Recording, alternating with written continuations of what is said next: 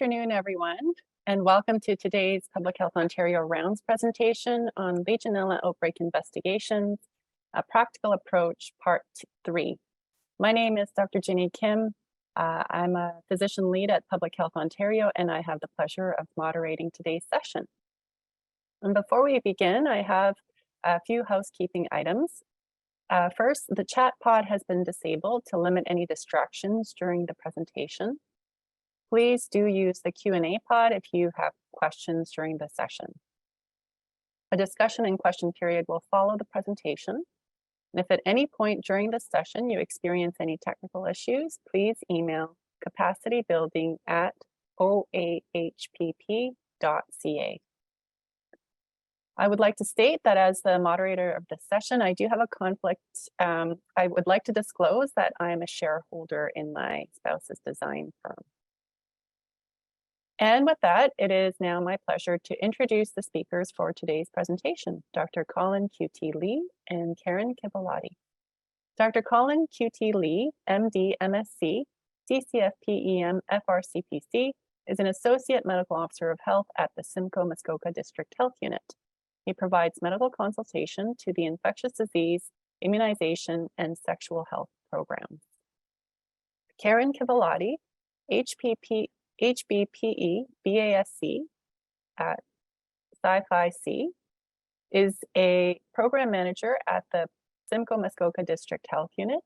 She oversees the Safe Water Program, specializing in drinking water safety and small drinking water systems. So I'll now pass it over to Colin. Thank you very much. This is a real great pleasure for us to be here to present our investigation that we did last year, and to hopefully help you prepare for perhaps a similar type investigation. This is a disclaimer just to state that the materials here are not from PHO, and it's from us. We have no relationships with any for-profit or not-for-profit organizations to disclose. We have a lot of people to acknowledge that helped us with this presentation, as well as the investigation as well. Our epidemiologist, Daniel Hashborn, Janae Wallace, one of our PHIs, and of course, our two teams, our clinical and environmental teams, and also to Public Health Ontario and its laboratory, who helped us tremendously during the investigation, as well as this presentation.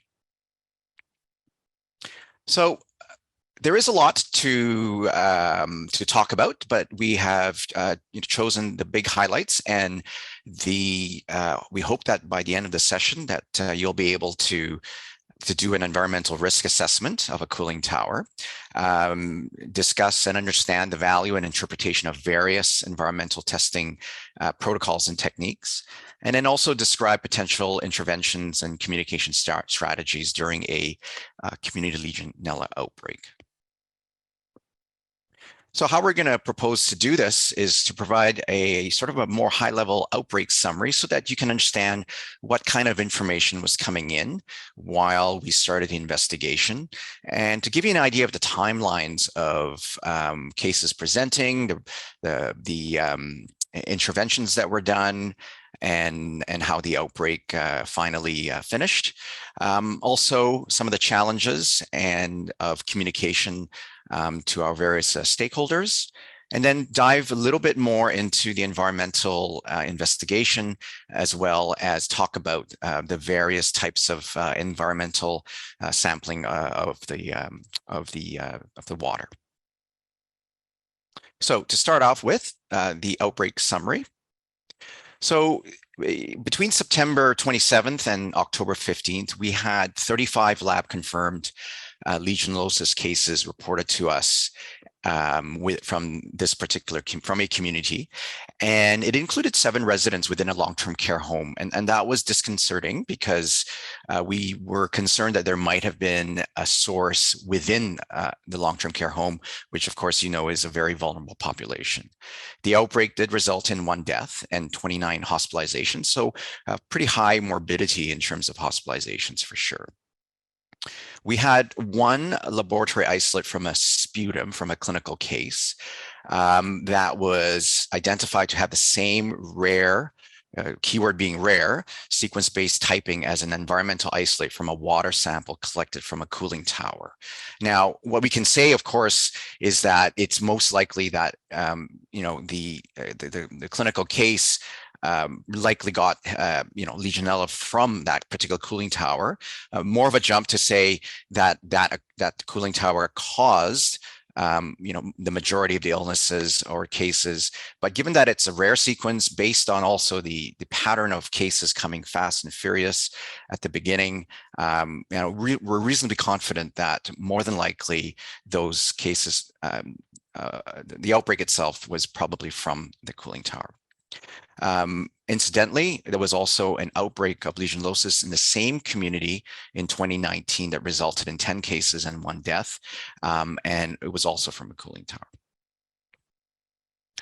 So in terms of the environmental investigation, as we got the cases in, as we interviewed the cases, trying to figure out where they reside, visit, or employ, trying to figure out where the common source is, it was quickly seen that there wasn't really a specific geography or place or building that might, or a particular fountain that seemed to have caused the cases. In fact, it was quite widespread within that community. And when we see a pattern like that, and partly because we had the same experience in 2019, that community, we quickly thought that it was most likely going to be a cooling tower that's causing this.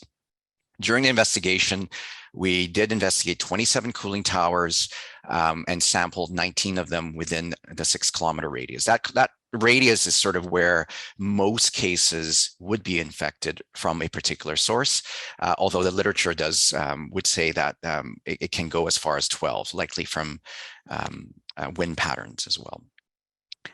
We also did quite a bit of sampling from the plumbing in a long-term care facility, as mentioned, because there were multiple cases that were residing there, making sure that there was not a concurrent. There were 2 sort of sources that were occurring. Okay, so what we have here is 2 graphs. We'll talk first about this one on the left. It's an epidemic curve showing the cases of lab-confirmed cases and when they were reported to us. So as you can see, there was 1 case that was reported, a singular case in the 27th of September. We investigated, we thought it was a sporadic case. The October 1st to 2nd weekend, we got calls from the local hospital saying they've had a lot of cases of hospitalized pneumonia. And as they sifted through the tests, there was nothing that was that seemed to indicate it was any particular agent, including COVID. Remember, COVID was still happening at that time. So it was rather unusual that it wasn't COVID. On October the 4th, we got lab confirmation from these hospitalized patients, 4 of them, showing that they were positive for Legionella in the urine. And at that time, 4 was enough for us to at least start the investigation. And as you can see, quickly 4 the next day, 10 the next day, 4 the next day. So very, very a high number of cases very quickly at the beginning in a small community. And at that time, it did prompt us, because of the concern that there was a source that was continuing, that we decided to inform inform known cooling tower operators to either shut down if they can, meaning if it wouldn't interrupt their operations, or if they have to keep it open, to look to remediate, to clean and disinfect, trying to decrease the risk as quickly as possible, given the number of cases so quickly. We also notified the public and healthcare providers so that we can do case finding and also to provide some advice to the public. We'll talk a little bit more about that. And as you can see, the outbreak did end shortly, sort of almost 2 weeks after, but the number of cases did go down. This second graph is really to to show that in an outbreak of legionellosis, unlike in something like COVID, for example, there is a huge lag between, first of all, the source infecting the person. As you know, there's an incubation period of an average about 7 days, could be up to 12 days. So that's number one. But even the lag between someone having symptoms, starting to have symptoms, getting ill enough to seek medical attention, and then ill enough for the physician to test them, and then the lab coming to us, it does take a number of days. The median was probably something like 8 days or so, but it can be, as you can see, quite lengthy. Because Legionella testing is not routine for someone who has respiratory symptoms. They often do it in hospitalized patients or in unexplained sort of pneumonia cases.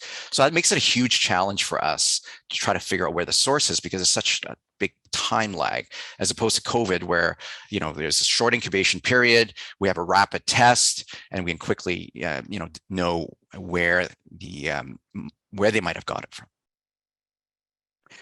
My apologies. Okay, this is a Legionella cluster map. So what this shows is, if you look at these hexagons right here, those represent places where cases would have visited, lived, or had other activities or worked in the community. And the whole idea is to see where it might be the most common place that people would have gotten to for the cases. And the darker the color is, the more likely the cases visited or were in that place. And this is how we try to start our investigation, to try to narrow down where the source might be. We then drew 3 kilometers, 6 kilometers, and 9 kilometers, thinking that knowing that we don't have enough resources to investigate everything as quickly as possible in the first few days, but to concentrate on the closer exposure sites. What you see here then is, for the other symbols, is cooling towers. Now, we don't have a cooling tower registry in the province, nor in the town. And so we had to go on, fortunately on this, in this community, we had the outbreak from 2019. So we had an idea of where cooling towers were, but we also wanted to be more inclusive in case there were some that had come up.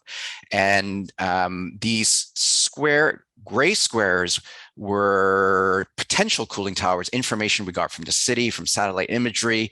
And so these are potential cooling towers that ended up not being cooling towers. So this, this does show, unfortunately, the amount of time we had to spend on trying to find cooling towers. The triangle ones are ones that are cooling towers. Green showing that they were negative for Legionella, and the red being positive, culture positive, and then the yellow that were not tested because they were shut down. So how well did the cluster map do for us? Pretty well, I guess. This was our cluster map where most people had their potential exposures. This was the implicated cooling tower, so not too far. Now, this cluster map basically has as the center the implicated cooling tower, and these circles represent where the closest exposure, possible exposure that would have been for the case relative to the implicated cooling tower. The bigger the circle, the more cases it is. And as you can see, most of the cases were within 3 kilometers, which is not surprising. And some had their closest exposure within 6 kilometers, and none greater than that. So that certainly supports the hypothesis that most, people that the closest exposures obviously would give you, would put you at the highest risk. Okay, so let's go to communication. So communication throughout the outbreak was very, very challenging. We have an outbreak where the agent is in the air. We don't know where it is. It spreads over 3 to 6 kilometers. We have a large number of people ill. So it was challenging. What was extremely important, I think, was to communicate early. Of course, we communicated early to healthcare providers because we wanted to find more cases. The more cases we find, the more likely the more likely we're going to find the source. Second of all, of course, it would also flag healthcare providers to do the appropriate testing and treatment of suspected cases. To the public, we also communicated the same day. As you know, if we communicate to our healthcare providers, probably within seconds or minutes or hours, the whole public, we have to assume that the whole public will know. And so, for transparency of the investigation, we did the same thing as well. The other thing is also to try to contextualize the risks to the public, to inform them who's most at risk. Those over 50, smokers, existing lung conditions, and medical conditions. Also to provide the appropriate health-seeking behavior if they got more ill, very ill.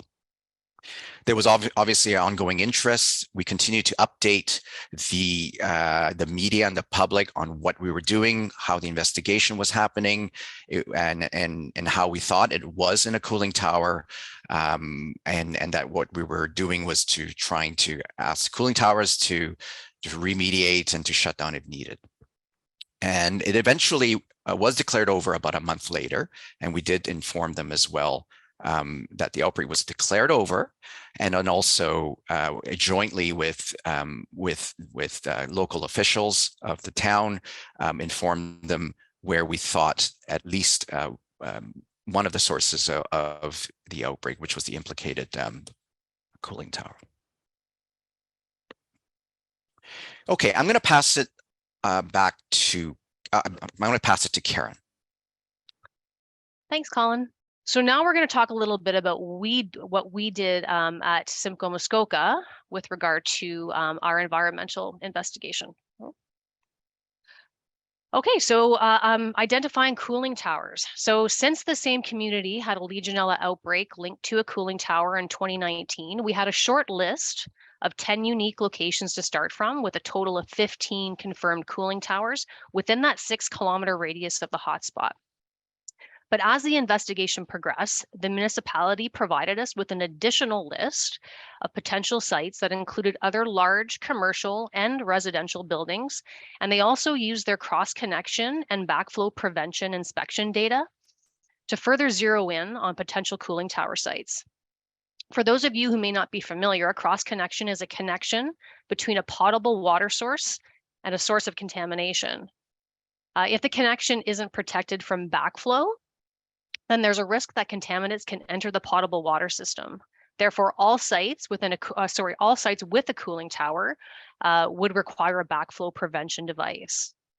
We also contacted all known consultants in the area for their help, and in 2019, we did use ground searching to help identify towers.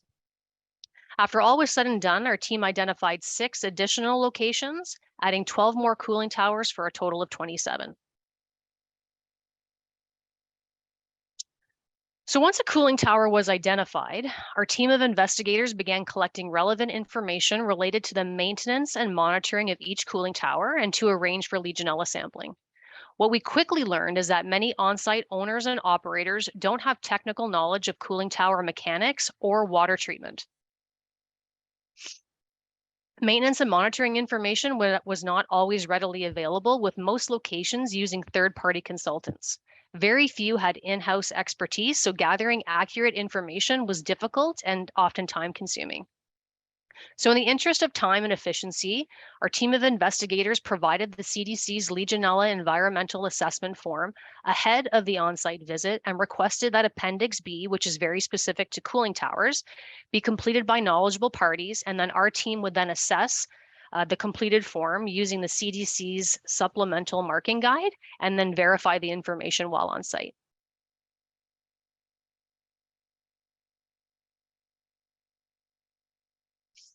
So these are some of our assessment findings. Overall, there is inconsistency regarding the application of industry standards, ranging from comprehensive water management plans to absolutely nothing at all. Currently in Ontario, there are no regulations that require preventative maintenance and routine monitoring for Legionella. So a consistent framework and accountability would likely lessen the risk of these outbreaks.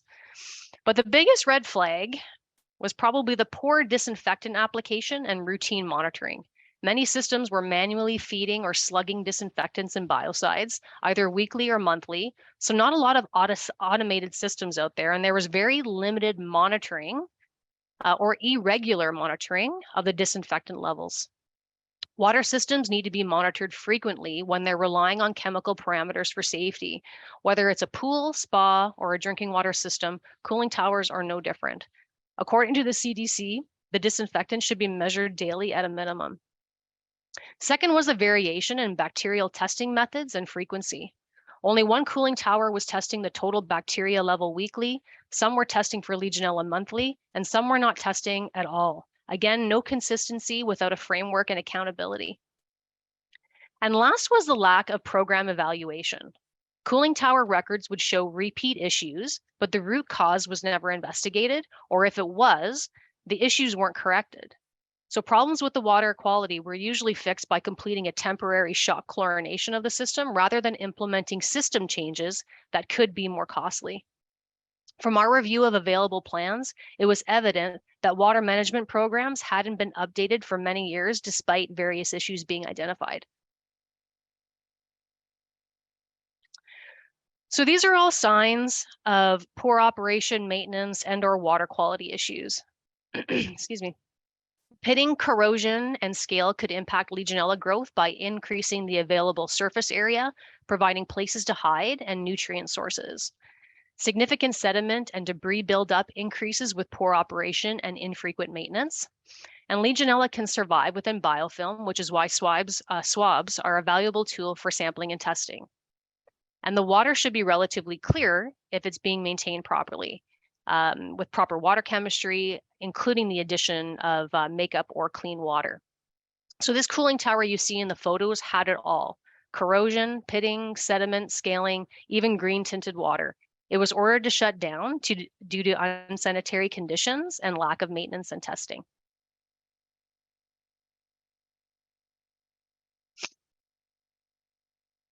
So the good news is that this is preventable by controlling the conditions that allow Legionella growth through good design and water management practices. The CDC outlines some design recommendations that can be used to assess the risks associated with a cooling tower. And just a few examples are the use of high efficiency drift eliminators. These help to reduce the escape of water droplets caught in the cooling tower airstream. The location of the cooling tower is important. Is it too close to an air intake? And the advantages of automated water treatment systems. Then we have operation, maintenance, and control limits. These are site-specific and numerous, but include considerations such as temperature, pH, target disinfectant levels, frequency of monitoring, and record keeping. This probably sounds very familiar to other public health inspectors that routinely inspect pools and spas, and how all of these same elements affect water quality in these facilities. And of course, routine maintenance and monitoring are paramount. Testing for bacteria is great, but you're not going to get a good test result if there is poor maintenance and lack of routine monitoring. Sampling tells us whether the cooling tower was operating safely at the time of sampling and whether maintenance and monitoring practices need to be adjusted. As inspectors, we can assess whether routine maintenance and monitoring is occurring between these validation samples by carefully reviewing their maintenance logs. All right, Colin. Okay, thank you. Okay, this is an extremely busy slide, but I will slowly go through it, and there is some repetition, but it is useful to try to get just a understanding of what the differences are. We have three different types of test methods here: culture, which you're going to be familiar with; PCR, sort of the qualitative PCR, and then qPCR, which is a quantitative. The culture is obviously the gold standard. It is available at PHO qualitatively, but not quantitatively. The private labs do offer it as well. In fact, cooling tower operators will send samples periodically, and that's part of their preventive maintenance. And as Karen had mentioned, one of the recommendations is to do it monthly. And if it is quantitative, it will be reported as colony forming units. Culture is obviously very useful because it can be sequenced, particularly in outbreaks. They can be correlated with clinical isolates, like an hour outbreak, to try to figure out where the source might be. If you do have a quantity, there are reference materials, and we will be going through some of them. One of them that we used to advise cooling tower operators on what to do in terms of remediation. Needless to say, the more CFU, the higher risk, the more remediation that needs to be done. How about some of the cons? The cons, it is a long turnaround time, typically 7 to 14 days. And of course, if you have a very adverse number of CFUs, that's a long time to not know that it is to get the result. And as well as if it's not quantitative, it is difficult to assess, to ascertain what specific risk and remediation steps to take. This is because obviously it could be very little or it could be a lot, needless to say. PCR, and you've heard this from the Public Health Lab in the previous presentation, that they use that as a screening qualitative test, which that if it's positive, they would culture it. It is very highly sensitive, which is great, because if you have a negative PCR result from PHO, you can be pretty confident that at that time, or from that swab, or from that water sample, there is no Legionella. It's rapid, up to 2 days, but very, very quick. And it will detect the presence of different serotypes. It is not quantitative, so you're not going to be able to use it to reference remediation steps that might be recommended based on reference materials. It can't be sequenced, therefore it can't be compared to clinical isolates. And it can have false positives because PCR, like other types of PCR, can detect non-viable or residual dead DNA. And that becomes more of an issue when you have just recently remediated or cleaned or disinfected. Quantitative PCR is available at private laboratories or privately sold equipment. The equipment is accessible to PHUs, but unfortunately for a price, and owners for a price.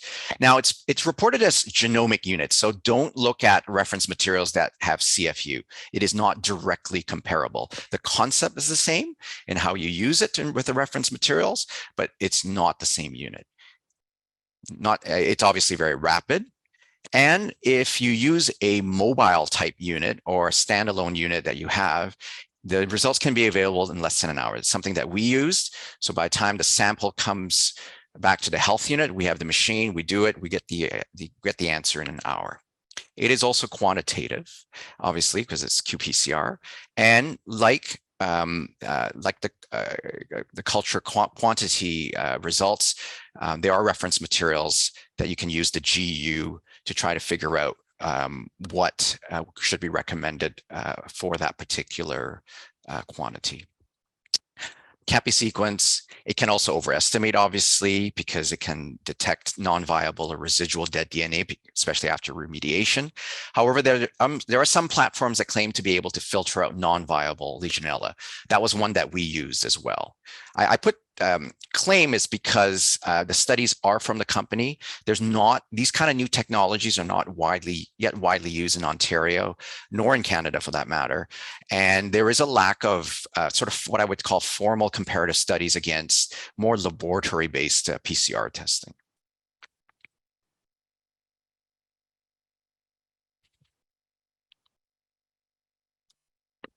Okay, so this is one document that of a few that are available to guide cooling tower operators, mechanical systems on the prevention and control of Legionella. We do really like this one. This is put out by the Canadian government this is the standard for buildings owned by the federal government. And it provides bacterial control management program, operation and maintenance.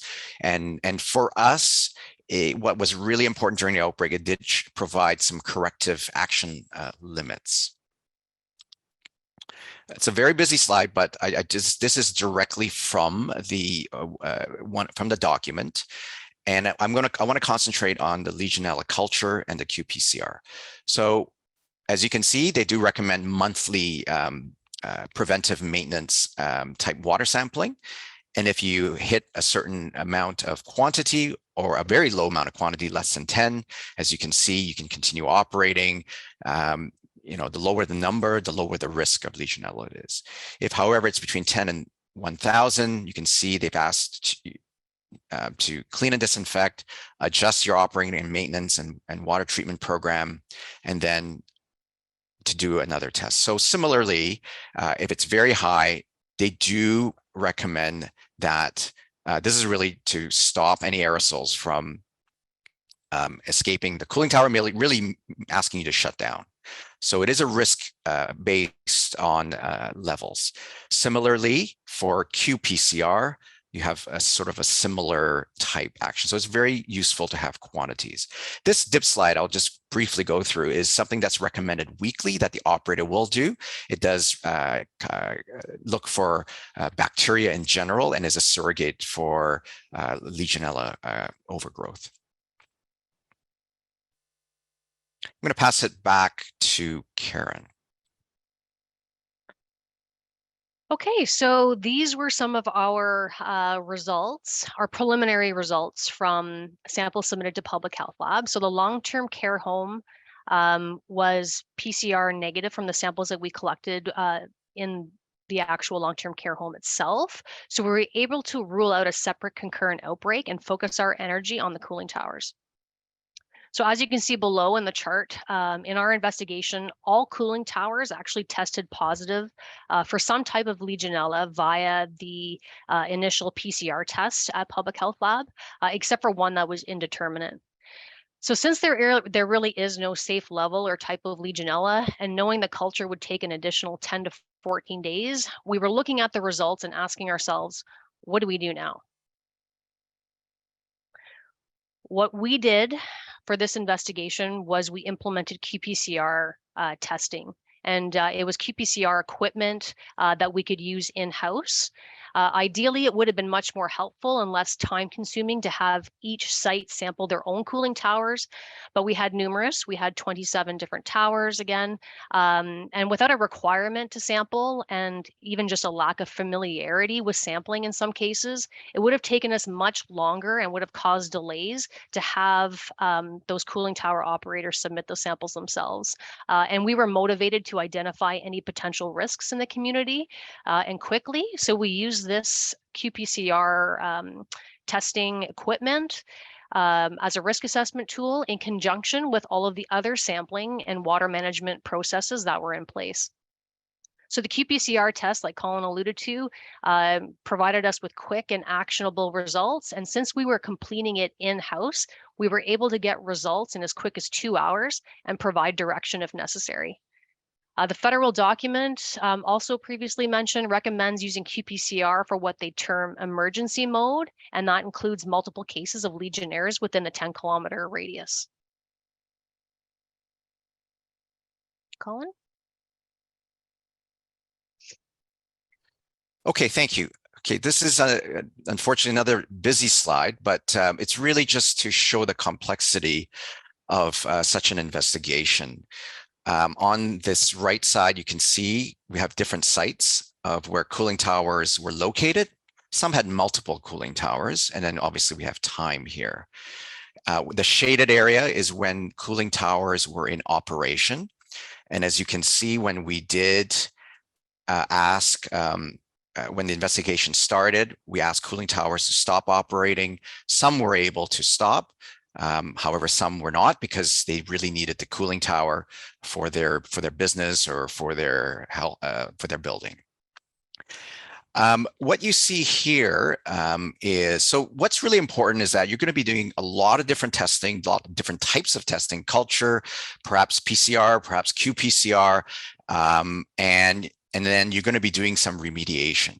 It's really helpful to try to organize your results so that you can try to interpret the results, because each result by itself, standalone, is not going to help you because of all the limitations of each test, really.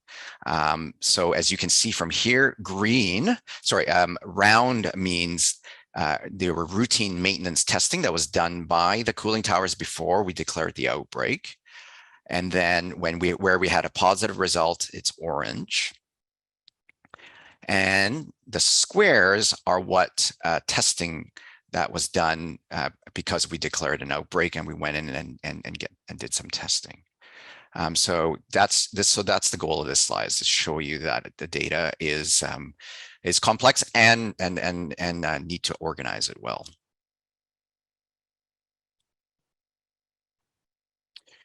Okay, so we're going to hone in on one cooling tower, site 3. This was the implicated cooling tower. You've got your dates up top. We also have the same dates down here. This was the outbreak curve with respect to onset of symptoms. Okay, and you can see the investigation started here. This was the first case reported, but it was really a singular case. So I truly, it was the cases. I think the four cases the first 4 cases that were reported were really here. So what I want to impress upon you here is that the implicated cooling tower had a preventive maintenance sample done on August the 2nd. It was green, meaning it was negative, a culture. The recommendation is really to get it done every 30 days. There was no sample taken done. The next sample that was taken was 56 days later, and it ended up being positive. And as you can see, relative to the onset of symptoms, it does fit the picture, given that the cooling tower was shut down on the 7th of October. But it really begs the question: what would have happened? What might have happened if there was more frequent testing done? Could it have been that it would have been caught earlier and therefore remediated and perhaps prevented some of the cases? It was 20 days from the time the sample was taken before it cultured positive and before it was communicated to us.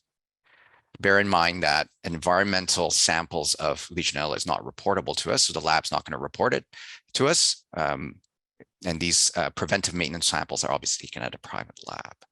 So as you can see, relative to the investigation, really the result that came to us that was positive for culture, was a good 14 days, I think 13 or 14 days after we started the investigation. So you got to be, unfortunately, working without the benefit of culture results more often than not. We didn't have any further samples because it was shut down on that date. There was no more water.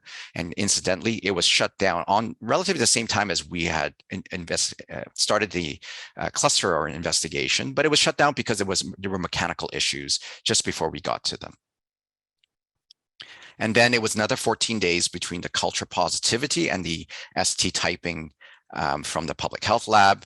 And it took some time because the sample was originally in the private lab, because obviously it was a preventive maintenance sample.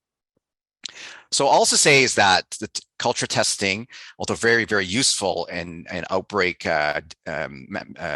management from the perspective of figuring out finally where the implicated water source might be, it is not as helpful in real time while we're doing all this here. So as mentioned, it was a preventive maintenance sample that was positive from a private lab.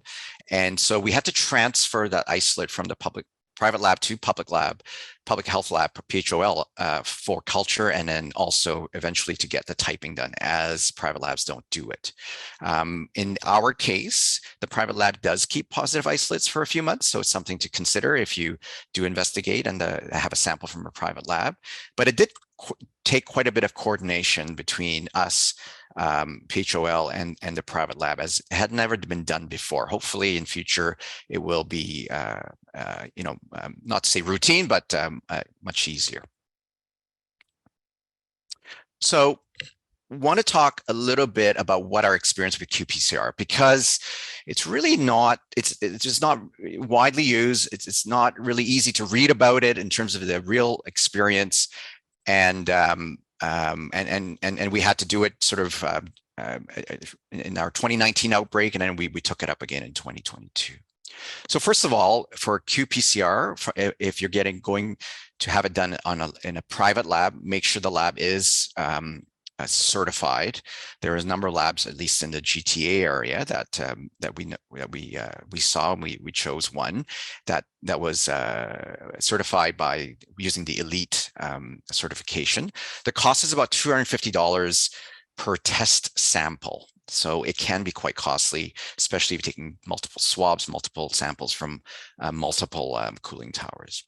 We decided to use this mobile technology in 2019 based on discussion with our colleagues in New Brunswick who had an outbreak just before we did. They found it useful. We used it because it was just quite difficult to try to figure out what to do when we had positive results. And again, we used it in 2022. Like I said, not much field experience in Ontario or elsewhere in Canada. What we in terms of comparing it to formal laboratory qPCR testing, much of the evidence, much of the literature is from the company itself. The one that we particularly use was the cube cost is about $5,000, but it was loaned to us, and it was about $100 per test cartridge or test sample. It was easy to use. The training was done, via the company, and usually within an hour or two of sampling, we would be able to have a number, or more important, just as important, a negative result. This is the technology that it claims to only detect preferentially live Legionella, which seems to be our and New Brunswick's experience when we looked at our test results compared to other private lab results, qPCR results, and the public health lab as well, because we were using a mix of them during the outbreak. We do wish there would be more sort of future local comparative studies to validate these claims so that we know that the studies have been done versus other accredited labs. So what are some of the steps that were taken after the outbreak? Obviously, we're in the business of prevention, and there are obviously ways to prevent Legionella, or at least decrease as much as possible Legionella aerosols from coming out of cooling towers. We did send letters via the municipalities to inform known cooling tower operators of the importance of preventive maintenance of cooling towers, and providing a reference to the federal buildings document as a recommended template. We did communicate and advocate to our provincial partners, and also through an alpha resolution, on the value and importance of a provincial registry of cooling towers for the purposes of monitoring preventive maintenance and quicker identification when outbreaks occurred. We had a lot of time spent at the beginning of each outbreak trying to figure out where all the cooling towers were, and there were some false starts there. Hamilton has a cooling tower registry, I think parts of Quebec as well, and then I think in BC as well. I think if you want to look at an example of what I would call a very comprehensive cooling tower registry, is probably New York State, where they have certain requirements for preventive maintenance, and then in terms of the preventive maintenance sampling, the results are also posted on their website. We've also just submitted an academic paper hoping to share our experience with our colleagues in the field. So just a quick summary of our lessons learned. It's a very, very steep learning curve for us in 2019, and then as well as in 2022, even though we had the experience from 2019. What's really, really important is to ensure that your clinical and environmental teams collaborate early, as well, obviously, with your epidemiologists to try to interpret, to arrange the data in a useful fashion, as well as working closely with public health lab and PHO because of the complexities. PHOL certainly helps us a lot in interpretation of the data, but how to sample, where to sample, and all PHO certainly as well for the complexities of cooling towers. Knowing where to look can save lives, can save days. Obviously, cooling tower registry would be very, very useful. Requirements for owners and operators to maintain and monitor systems. This is really where the prevention would be would work the best with automated disinfecting systems as well as monitoring systems. Don't judge a book by its cover. We were tricked once in a while of cooling towers that looked really good, both visually as well as their maintenance programs and their testing. Things can turn very, very quickly. These are mechanical systems that can fail without warning, and therefore be vigilant when you have an outbreak to not rule out any sort of cooling tower just because they kind of seem to be doing the right thing. Remediation doesn't happen overnight. When we ask them to remediate, it does take days and sometimes up to a week for arrangement of remediation. There are only a certain number of contractors who will do remediation, and it's more complex than just going in and doing it, because they'll have to figure out when they have to perhaps stop operating the cooling tower and what the ramifications would be for the building. So request it early. And finally, I think qPCR really proved to us to be a valuable tool that gave us quick results and quantifiable results that we can use reference materials to try to stratify the remediation actions for those cooling towers. But having said that, it's not a standalone. You still have to use your clinical acumen, your environmental health, your inspection skills to do a full, sort of more fulsome risk assessment, and also using PHOL's PCR and culture results, which will help us ultimately, hopefully, identify where the source might be. Here are some resources for your reference, and I believe that is the last slide. Thank you. Thank you so much, Colin and Karen, for that really detailed and detailed presentation of what you experienced. We will now have a few minutes to move on to the Q&A segment of the event. Some of the questions have been answered over your talk, but there are still some remaining that might be more suitable for a live audience. So quick note to our attendees, do continue to enter your questions into the Q&A pod if you haven't already done so. So we do have limited time though, so I'll just maybe move to the first question. One is about what a cooling tower looks like, and you did provide some images of what I think the CDC has provided, but this question has come up before, certainly for those of us at PHO, and wondering if you can speak to kind of the range of how they can look like, if you have a quick comment on that. Sure.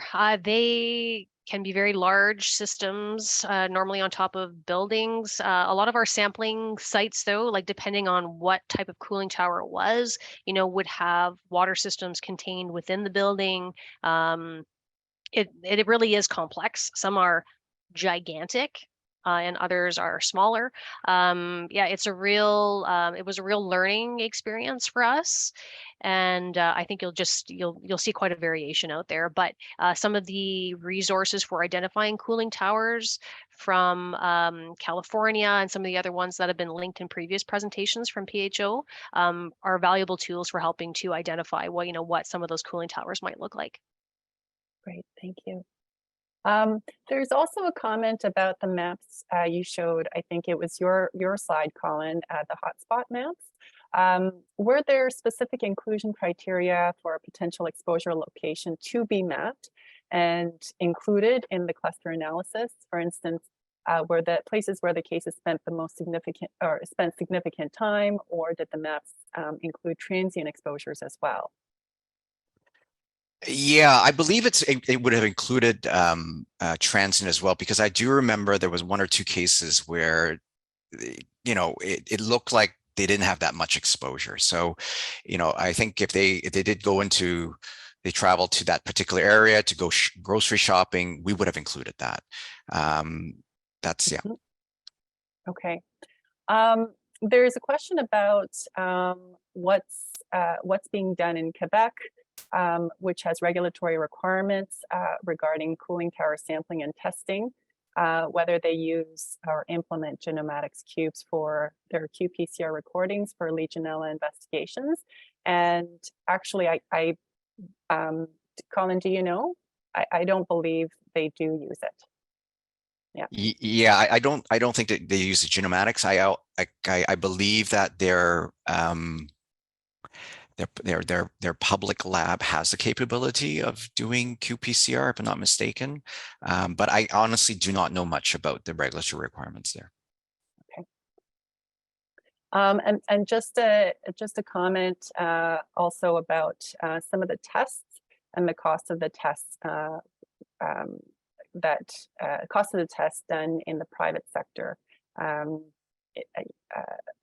$85 to $120 US, and that might be an American figure as well. Any guidelines around how public health can balance the requirement for a private building to shut down a cooling tower as a suspect exposure source while the building's occupants are currently in a heat wave? Any thoughts on that as sort of field practitioners? I think it's a difficult question, because often when we're investigating cooling tower outbreak, potential cooling tower, we don't know which cooling tower it is. So I don't think there's a real good answer to that. I think if, the higher the suspicion it's that particular cooling tower, I think the higher likelihood I'm going to sacrifice the heat wave effects and ask them to work from home or whatever it is. But I think I think the best, obviously if there's only one cooling tower in the area, that makes it a lot easier. But in most cases, in communities, there's many cooling towers, so difficult to have a formula for that. And I think to build on that too, there are options to conduct running disinfections until you can do a full remediation and shutdown. So if we are in a heat wave, you might be able to delay that by conducting a temporary shock chlorination. But of course, those consultants would know, what is best to treat that system immediately. And then once the heat wave has subsided, then they can look at, shutting it down to do a full cleaning, cleaning the biofilm, et cetera, and do a full remediation at that point. Mm-hmm. I think it's a great I think it's a realistic question, just given that I think we're often balancing many different types of risks and benefits in terms of public health decision making. Thank you. So there's a comment, a couple of comments about a provincial registry, cooling tower registry, that you mentioned during the presentation. One is about the presence of regulations in various jurisdictions, such as Hamilton, Vancouver, Quebec, and New Brunswick.